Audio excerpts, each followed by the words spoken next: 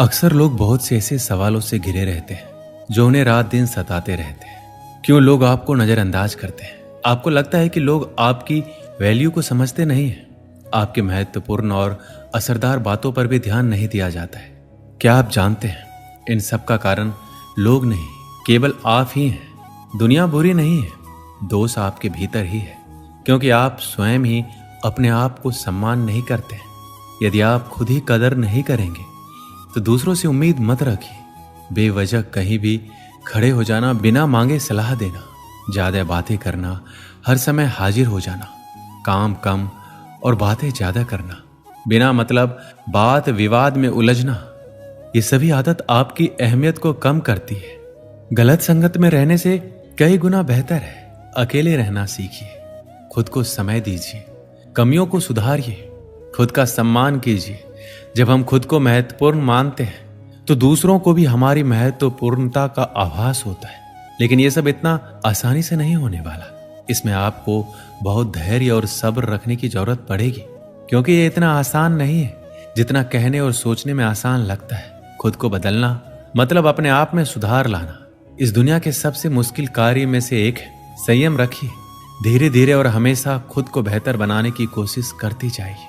अक्सर देखते हैं कि व्यक्ति कुछ दिनों बाद सब कुछ भूलकर फिर से उसी रास्ते पर चल पड़ता है जहां वो अपना सब कुछ बर्बाद कर चुका होता है। सबसे पहले अकेले रहना सीखिए, उसके बाद जितना हो सके शांत रहना सीखिए। कोशिश कीजिए कम से कम बात की जाए। शांत मन से सोचना शुरू कीजिए। हर काम में जल्दीबाजी नहीं कीजिए। जल्दीबाजी इंसान के सोचने की क्षमता को प्रभावित करता है और इंसान में सबसे ज्यादा है क्रोध, यानी गुस्सा। कहा गया है कि क्रोध पानी के मटके भी सुखा देता है, अर्थात जहां क्रोध की गर्म लू चलती हो वहां शीतल जल का अस्तित्व भला कब तक रहेगा। क्रोधी व्यक्ति सुनाने की शक्ति तो रखता है, परंतु कुछ भी सुनने की शक्ति और धैर्य उसमें जरा भी नहीं होता है, और उसकी यही कमजोरी उसे जीवन के हर मोड़ पर हार का सामना करवाती है और उसका सुख चैन छीन लेती है। ऐसा व्यक्ति अपनी ही जलाई हुई क्रोध अग्नि में स्वयं भी जलता है और दूसरों को भी जलाता है। वह अपने घर में भी आग लगाता है और दूसरों के घर में भी। कहते हैं कि क्रोध आने का मूल्य कारण है नकारात्मक विचारधारा। जिन लोगों को बार बार असफलता मिलती है, बार बार अपमान सहना पड़ता है और बार बार मनोवांछाएं अधूरी छोड़नी पड़ती है, उनके गुप्त मन में एक प्रकार का आघात पहुंचता है, एक प्रकार का मानसिक जख्म हो जाता है। और इन्हीं सब वजहों से फिर से वो लोग अपनी नकारात्मक भावनाओं को गुस्से के रूप में बाहर निकालते हैं। जब हम दूसरे से अधिक अपेक्षाएं रखने लगते हैं और वो जब पूरी नहीं होती तो निराशा के कारण हम तनावग्रस्त हो जाते हैं, दूसरों पर क्रोध करने लगते हैं। ऐसा करते समय हम ये भूल जाते हैं कि हम स्वयं भी तो निपुण नहीं हैं, हम भी तो गलतियां करते हैं और दूसरों की अपेक्षाएं पूरी नहीं करते हैं। अतः हमें इस हकीकत को स्वीकार करना चाहिए कि इस दुनिया में कोई भी वास्तव में सर्वगुण संपन्न नहीं है। इसलिए हर एक को उसकी त्रुटियों के साथ सहर्ष स्वीकार करने में ही हमारा सुख शांति समाई हुई है। श्री कृष्ण कहते हैं, क्रोध और आंधी दोनों एक समान है। शांत होने के बाद ही पता चलता है कि नुकसान कितना हुआ है।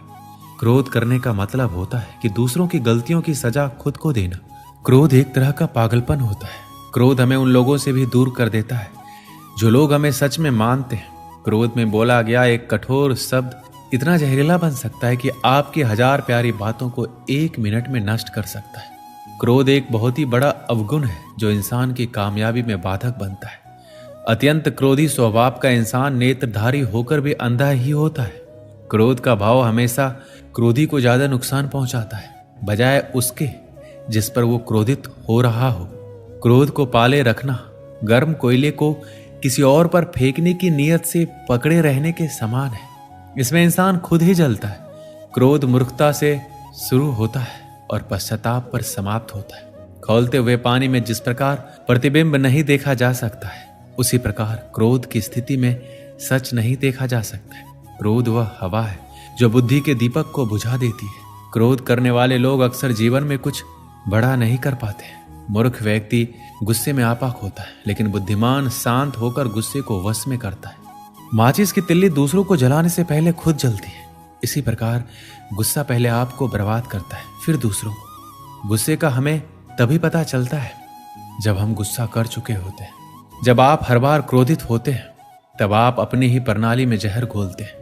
एक क्रोधित व्यक्ति अपना मुंह खोल देता है और आंखें बंद कर लेता है। क्रोध से इंसान न केवल अपना जीवन खराब करता है बल्कि लोगों के दिलों को भी ठेस पहुंचाता रहता है। जब भी आपको गुस्सा आए तो पहले उसके परिणाम के बारे में सोचिए। अगर आप हमेशा गुस्सा और शिकायत करते हैं तो लोगों के पास आपके लिए समय नहीं होगा। अगर आप अपने गुस्से पर नियंत्रण नहीं रखोगे तो आपका गुस्सा आप पर नियंत्रण रखेगा। क्रोध एक स्थिति है जिसमें जीव मन से अधिक तेजी से काम करती है। क्रोध एक ऐसा श्राप होता है जिसे खुद इंसान अपने आप को देता है। क्रोध पर काबू पाने के लिए हमेशा उसके फल के विषय में सोचना चाहिए। क्रोध के समय व्यक्ति के बोलने की शक्ति तीव्र हो जाती है। ऐसे में वह कुछ भी देखने और सोचने के योग्य नहीं रहता है। यदि आप सही हैं तो आपको गुस्सा होने की जरूरत ही नहीं है, और यदि आप गलत हैं तो आपको गुस्सा होने का कोई हक नहीं है। जो हमेशा गुस्सा में रहे उसे छोड़ना जरूरी है। ऐसे मूर्ख इंसान का घमंड तोड़ना जरूरी है। छोटी सी बात पर अधिक गुस्सा करना फायदे का सौदा नहीं है। मौन रहकर जो लोग क्रोध को जाहिर करते हैं वास्तव में वह लोग रिश्तों के गहराई को समझते हैं। मौन रहना ही क्रोध को वश में करने का सबसे सटीक उपाय है। अगर आप गुस्से के एक पल में धीरज रखते हैं तो आप दुख के 100 दिनों से बच जाएंगे। अपने गुस्से से किसी को अपने बस में कर लेना गर्व की बात नहीं है, बल्कि गुस्से को अपने बस में कर लेना गर्व की बात है। सामने वाले गुस्से में है तो आप चुप रहिए, वो थोड़ी देर बाद चुप हो जाएगा। क्रोध को जीतने में मौन सबसे अधिक सहायक है। अगर आप गुस्से से मित्रता करते हैं तो यह आपके दुश्मनों की जीत के समान है। क्रोध करना कोई गुण नहीं है, इसलिए इसे आज ही छोड़ दीजिए। गुस्सा जितना अधिक होगा परिस्थितियां उतनी ही ज्यादा अधिक खराब होगी। गुस्सा एक ऐसा प्रतिशोध है जो दूसरों से नहीं खुद से लिया जाता है। जिस आदमी को गुस्सा अधिक आता है उसे आसानी से गुमराह किया जा सकता है। अगर आपको शांत रहना सीखना है तो हर बहस में खुद को सही साबित करना बंद कर दीजिए। गलती और गुस्सा एक ही सिक्के के दो पहलू हैं। अगर आपसे कोई गलती हो जाए तो आपको अकारण ही क्रोध आने लगता है, और अगर आप गुस्से में हैं तो गलती पर गलती करते चले जाते हैं। ऐसे में जब गुस्सा शांत होता है तब आप जान पाते हैं कि आपके द्वारा की गई गलतियों का क्या प्रभाव पड़ रहा है या पड़ने वाला है। क्रोध को झट से जाहिर कर देना फिर भी ठीक माना जाता है, क्योंकि मन में पल रहा क्रोध कब विकराल रूप ले इसका आपको अनुमान तक नहीं लग पाता, और दूसरों का अहित होते होते उसका नकारात्मक प्रभाव आप पर और आपके जीवन पर भी दिखने लग जाता है। क्रोध करते समय लोग यही सोचते हैं कि वह दूसरों को नुकसान पहुंचा रहे हैं, लेकिन असल में क्रोध का भयंकर असर उन्हें ही अंदर खत्म कर रहा है। एक बार की बात है, एक गांव में एक स्त्री रहा करती थी। वह स्वभाव से बहुत ही गुस्से वाली थी।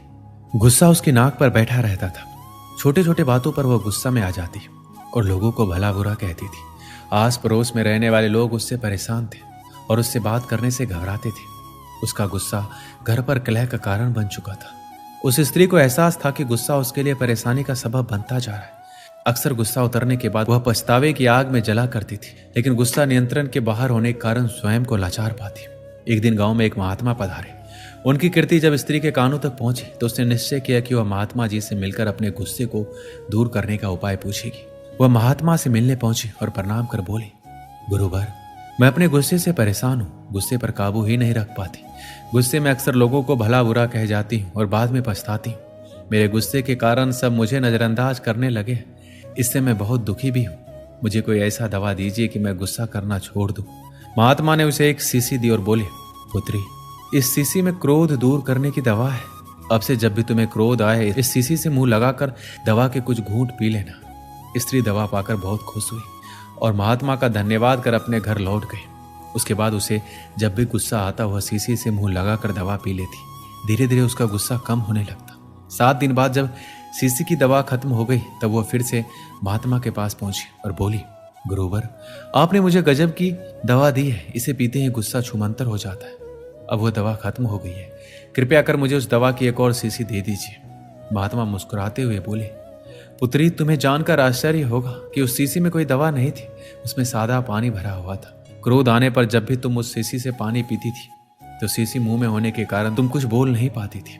क्रोध दूर करने का उपाय बस अपना मुंह बंद कर लेना है। अब से यही किया करो। दोस्तों, इस कहानी से हमें सीख मिलती है, क्रोध करने का उपाय बस अपना मुंह बंद कर लेना है, तभी आप क्रोध को शांत कर पाएंगे। दोस्तों, इस वीडियो में बस इतना ही। मिलते हैं अगली वीडियो में। अपना ख्याल रखिएगा। जय श्री कृष्ण।